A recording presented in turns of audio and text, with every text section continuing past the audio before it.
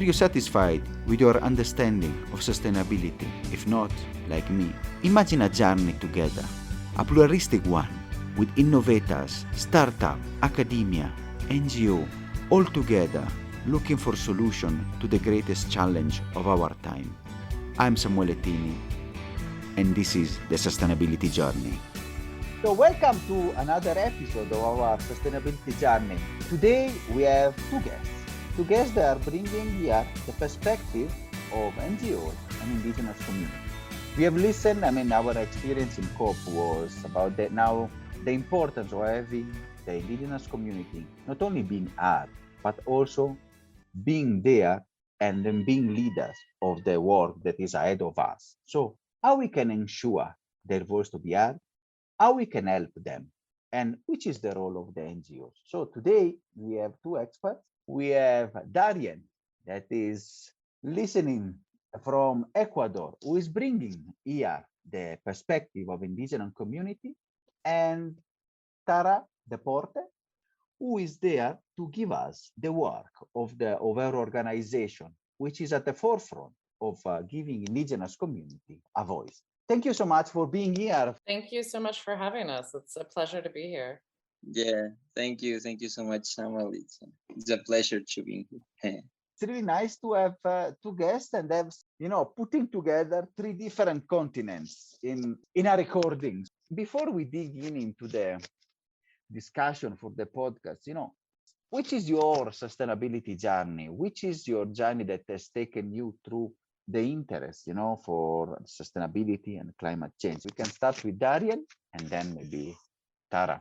Thank you, Samuel. Well, my name is Darien Castro. I am from Ecuador, and part of my activities that I have related with the sustainability and even inclusion of some minority groups like indigenous communities, with the coordination of some organizations of students in universities or even in high schools. We have a movement of youth in Ecuador, and we collaborate in different perspectives and in different ways with climate education, scientific education too, with the community, and even with the scientific research too, that are linked with indigenous communities and the ancestral knowledge. So basically, we support in the academic perspective the reality of these indigenous communities, even in a sociological level too. Right now, we have a research in that area, in the sociology, and even in the mental health. And our goal is, to show to the rest of the society in Ecuador and even in Latin America what happened with the communities during the COVID-19 pandemic and even before the COVID-19 pandemic. The lack of support from the governments or even from the society in general. So yeah, basically that's my point. Thank you, Darren. Thank you so much. It's really an important perspective. Tara, now to you. Yeah, so my journey on sustainability, goodness, how long do we have? I'm one of those people that really at a very young age started in really caring about environmental issues as young as when I was in primary school, writing to my Congress people in the US about saving the planet, which was, handwritten letters and all of that. And fast forward a lot, 11 years ago, I founded the Human Impacts Institute after having worked very much at the grassroots level, particularly in New York City, also with the city of New York around environmental education, but also having worked with major groups at the United Nations on actually getting women's and youth voices into environmental policy, and really seeing that there is a real disconnect in how we're engaging people in the action we need to take around issues like climate change. I can go deeper into sustainability, but I just want to also make one comment on the introduction. I think something that I'll really be able to add to this conversation is COP26 was actually our organization's first time in collaborating with Indigenous communities. So I think we can really show a lot of lessons learned and a lot of reasons why it was also our first time with this collaboration. And I would also just say, I think it's very important to us that we're never giving a voice to communities because they have a voice and have a very strong voice, but we're using our privilege to amplify and make sure these voices are being heard. So those would just be two things that are also a big part of my personal sustainability journey. Thank you, Tara. Thank you for the points. We have already said, which is the problem, which are the states. And, for the second question, maybe we can swap the order. So at least we can go maybe from the general with Tara, and then we go to the community level and with Darien to discuss which is the problem and which are the problems they're affecting, especially in the perspective of Ecuador and indigenous community in Ecuador. Tara, which is the general problem that we are facing? We did a project called Climate Crossroads with the 10-year facility and the Ford Foundation for COP26. And it was 10 stories of climate leadership from women and youth in indigenous communities in the global south. So from all different countries across the global south. And I can say some of what I heard from these amazing leaders was a lot of issues of access, particularly around language. And of course, COVID has also exacerbated any inequities that we see, which are massive, both in terms of the impacts of climate, but also the acknowledgement of who are the experts in our communities. Indigenous communities have been living within some of the most biodiverse regions of our world for thousands of years, and certainly have a much deeper knowledge of both the systems and best practices there. So that's something that we heard repeatedly. And certainly financial barriers are always at the forefront as well. No matter what, as a woman from New York City, I have access and privilege that is very different from a youth coming from an indigenous community in Borneo, for instance. And so I think that the access, both in terms of economics, in terms of who we acknowledge as experts, and also in terms of just how we can travel based upon both things such as COVID restrictions, but also finances, are huge barriers that we heard repeated across the globe. Very interesting points. Of course, this is the diagnosis. Then we will try to find the solution in the next question. Now I want to go to Darien. Now we are going at the grassroots level. Which are the problems that you and your communities there are you facing, especially in the perspective of Ecuador? Well, it exists variables that we need to understand, to get a clear perspective about the indigenous communities, especially in the South America level. And one of these is, for example, the differences between the context in the geographical location. There exists a diversity of ethnic groups around in Ecuador, for example, in the coast region, in the Andean region, and in the Amazon region. So the people that are part of these indigenous communities, like a minority groups in the society, they have different problems in that area. For example, the lack of education access, the lack of basic services. The reason because right now, many communities from Amazon, from Andean and coast side are working together is because they disrespectful of the territories borders of these communities. Why? Because there exist these mining projects, oil companies that right now put in danger that borders of the territories in these indigenous communities, and in the same time put in danger biodiversity and the natural resources that these indigenous communities have to survive. It's not only like a magic idea that many people put it like it's a magic thoughts about the beauty of the nature. No, it's resources that the indigenous people need to survive. They have medicine in that ecosystems. They have the opportunity to have a welfare, a well-being in that territories with their kids, with their families. And right now, we understand the two ways that the mining projects, for example, develop in my country. One of these is the legal way. And what happened with that kind of projects, we can see that it's a problem with another problem like a terrorism groups that invade territories.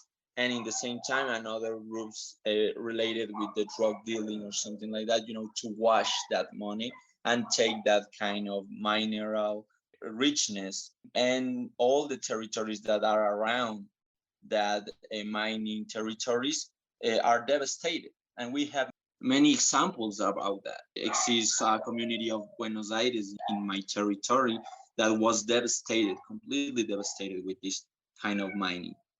Thank you so much, Darien. I mean, that you said inclusion and solution for the community, and also respect for their rights and territories, which, I think that is where now the illegal money, Ecuador is very famous. I mean, maybe not famous, is notorious in for some of the worst cases, of pollution and attacks to communities. The picture you are presenting, from the global level to the community level is difficult. It's really challenging. But as usual, we have diagnosed a bit the problem. So now, which are the solutions that you are trying to bring? And, I want to start again from the global perspective with Tara, and then we'll go now to the community level perspective with Darien to see how we can solve the problem you just outlined. So, Tara. Well, that's always I think, is a question we need to explore even at the beginning of every conversation as well. And I think a lot of what Darien brought up is really that we need to see the connections between the different systems, and that you can't just take logging as an isolated issue, or land rights as an isolated issue, or even access to language and education. That really more and more, and I think we're having a bit of a renaissance in understanding that the climate is a social justice issue, and that in order to address the solutions, we need to really look at it that way. It's not the system that's just over there. It's connected to our economy, it's connected to education, it's connected to women's rights. And that might make it sound bigger, and that's one perspective, but the other perspective means that there are entry points for everyone. No matter which sector you're in, or no matter what subject matter you're dealing with, it connects back to climate and it connects back to social justice. And so I think that's one huge thing, is that really understanding the entry points are not just scientific or policy or activism, but we really have all of those. And I think the second, and I think this speaks a lot to the amazing organizing work that Darien does, is that there's a lot of listening that needs to happen first.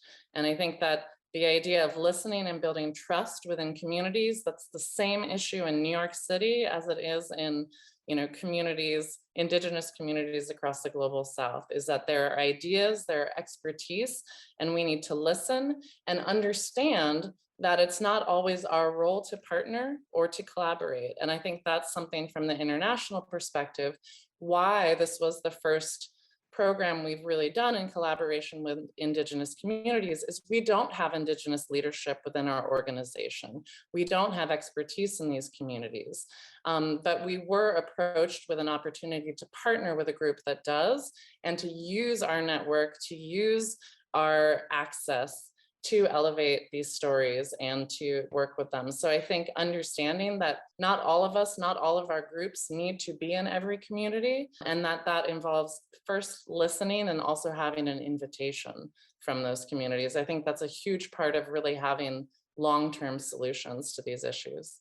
And I might say it's a game changer in a way we approach, because usually it's the all the way around. So it's really an humbling view that you are giving us, and a really two interesting action point. The holistic view, and I really like the social justice. Climate change, I mean, it's the donut economy and other approach they have given us very clearly.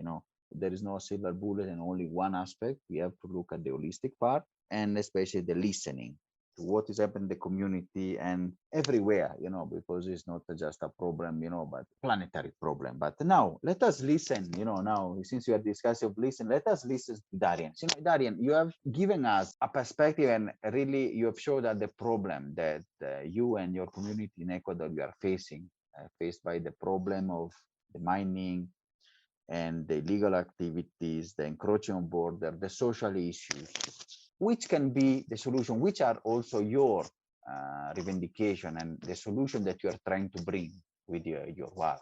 Well, like Tara mentioned, for example, the access in the education and all about that tools that are so important. I think it's necessary to have that support, but especially with a specific tool that they can use to develop in a new productive matrix in the perspective of nature-based solutions, for example. One of these alternatives that right now we are exploring with some friends from my university, for example, it's promote a new approach of the pharmacology, for example, with this ancestral knowledge, and in the same time give the opportunity to indigenous people to get a scholarship even with our institution and understand more about that knowledge, that in a scientific level it's a treasure, a great knowledge that we can get, and in the same time to show in the scientific community, because that's the problem. And even in the scientific community exists inclusion, exists a lack of inclusion in this kind of groups. When they have, many academics don't understand what happened during the COVID-19 with these communities, when these communities didn't have healthcare access in their territories. And they still be fine. They didn't have a peak of the COVID-19 cases. And that's so strange, and it's very useful for the scientific community to understand that. But unfortunately, the support in that areas it's so cheap. We don't have great support in that area. So basically, I think that's the main goal that we need to do. Give the enough tools in the technical solutions or something like that in the communities today don't depends of the charity of these groups in the oil companies or even in the mining companies too. Might like to add, because I think I've done so much personal learning in the past year around working and collaborating with Indigenous leaders.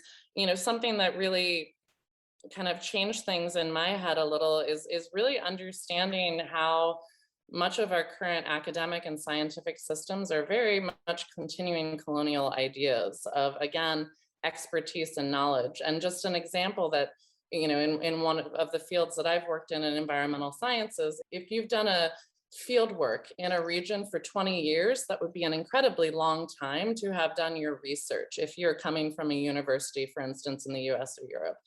And imagine the expertise of 20 years compared to the expertise of generations and generations in the same location.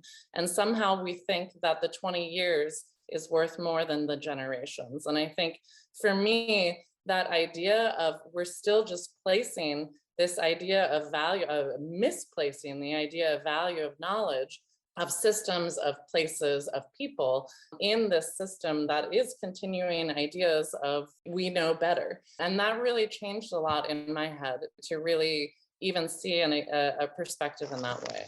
Thank you, Tara, for that. It's really a perspective, that sometimes, you put somebody, not even 20 years, that is a considerable amount of experience. You get people from 1 month, 2 months, and, and especially from my experience, I've been in Africa for 16 years. And before you understand the social issues, the discussion, and also to go deeper, it really takes a lot of time and then a lot of humbleness, to be there and to listen. Sometimes you need to listen to people. And in a way, people that like us and others, they can be good bridges within communities, which is and can be relays and help, as you say, elevate the people.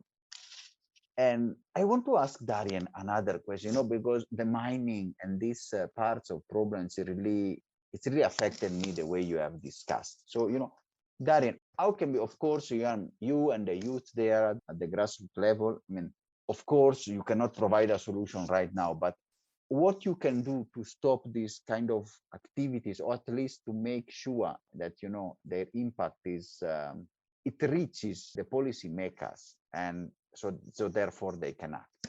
I think that problem, for example, in the political representation of these communities in my country especially, it's so complicated and complex. Why? Because right now, for example, in the Congress of my country, the Indigenous party of my country are leading the Congress right now. They are a majority.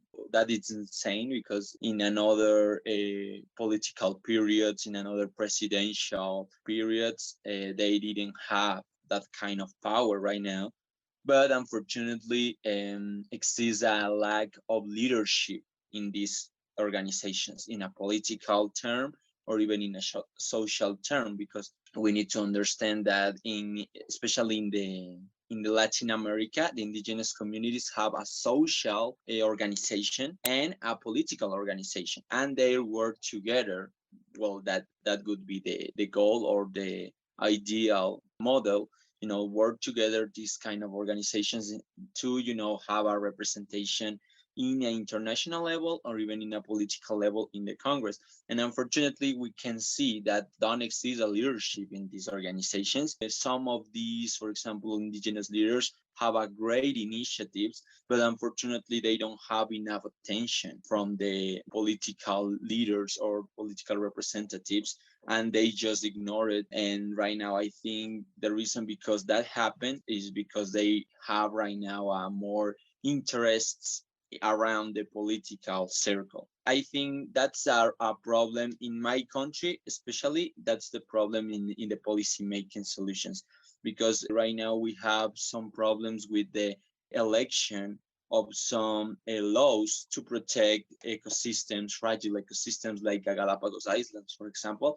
And we had a negative response in the first time for the president of the Congress that she is indigenous. It's very complex to understand that kind of policy making spaces, especially in the local level, because they have another interest despite of their condition like a minority, or they have a pressure, a social pressure around the political circle in the Congress. The solution, I think, it would be elect a new generation of the politicians, especially with the young people.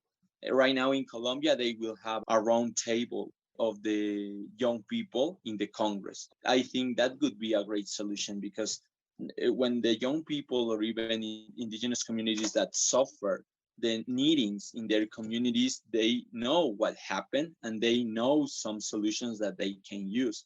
But if exists another community that is a representative, I don't understand that problems, it's so hard and so complicated to get a solution in that area. That could be the solution I think we can have in a political level. It's a problem that even in COP26, many people it's fighting against, that the political issues just is the important thing and the rest of meetings don't care. Thank you, Darren, because you have put the point, also you are giving us a point to be the voices, the people that can be there as watchdogs, and also to put them on action.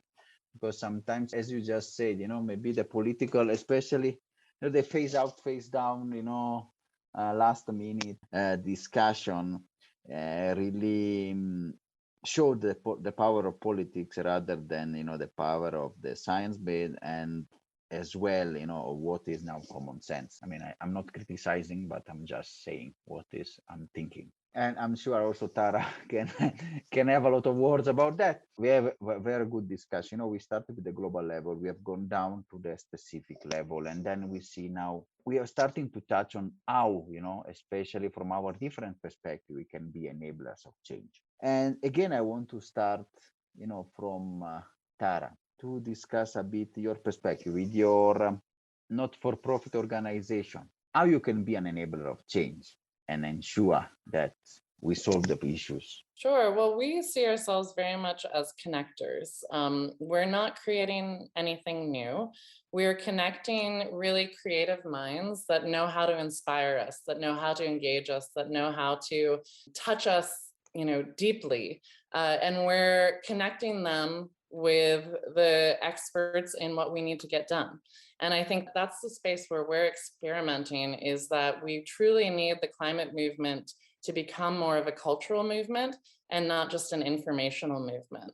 And we need to speak to people, to their community, to their sense of identity, because that's not only how we influence hearts and minds and how we truly build a movement that's effective, but it's also how we can start dreaming within the process, how we can really start in helping people envision what's possible. Because unfortunately, we're animals that get very stuck in what we know, even if it's not good for us. And we see that with the world. I mean, I think we could all pick out many, many examples of that. But once you see something that opens your eyes up to the possibilities of what we could create, that suddenly starts getting people to want to take part. And I think that's really missing from a lot of our climate movement. We see it happening in particularly with a lot of younger people that are really using art as a tool to engage and to build community. But that's what we do. And I think we need so much more of that. Because we're not doing enough. We're not listening enough, and we're not sharing stories well enough of where we want to go. Personally, I'm a little bit over, particularly as an American, I'm over the conversation of talking about what so much of the problems. We know how many problems we have, and particularly as the ones that have predominantly caused it from the global north, we know who's responsible. So let's get moving each other, and getting everyone to take a step further. Yes, definitely. I mean, now the problems are clear. Now it's time for action. Darien, for you, we have listened to your passionate call, during the COP and then the intervention at the plenary as a way, for discussion, trying to wrap up. Of course, then we'll ask her also her message, but we can ask you also, what is your message that you want to give, especially to the people and the audience of the podcast, as a call for action from your side? Yeah, well, I think the reason because many people in around the COP26 we have that representation in the plenaries or something like that was because especially the political circle start to understand that we need to know more about what happened in the other territories to take actions.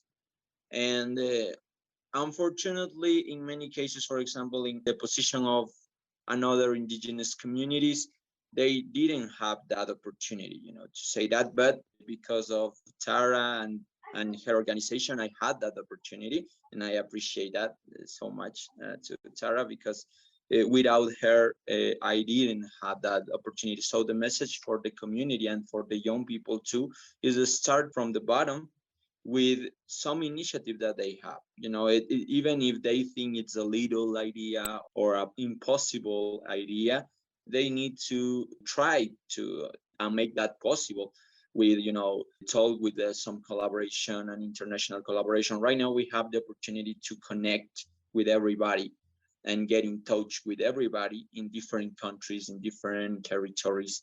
And I think that's the key, understand the benefits of the technology right now, the communication technologies, and show more about what's your message and your initiative that you want to show to the world. Thank you, Darien. Wonderful message. And I think, also this podcast is from the very little things that I'm trying to do myself. And as you said, the role of technology. We have 3 continents now connected and recording. So this one would have been, somebody in the Rift Valley in in Kenya, somebody in Ecuador, and Tara in the north. So it's really amazing. And then you can see, make your voice heard. And Tara, you have been instrumental. You have given voice to community.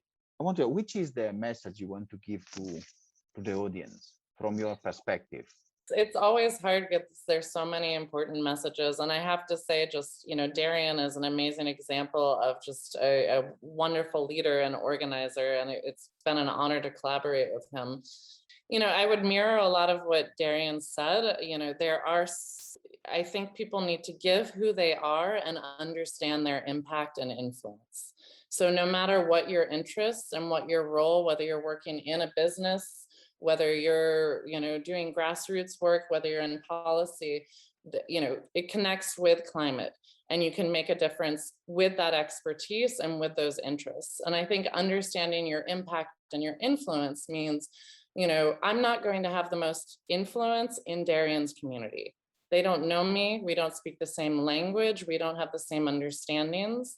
And it's also not my role to come to his community and, organize and say what should be done. However, I have community in New York, I have community in Holland where my dad is, I have community here in France, and understanding what those connections are socially and how we can use them to really build momentum. Because it's my friends, it's my colleagues that trust me. They trust me as a source of information on climate and on what to do.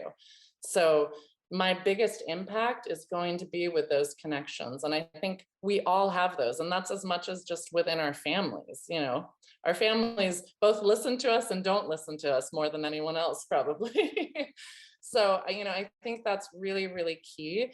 And just as a last example, we had a delegation of 8, mostly young people from around the world that went to COP26.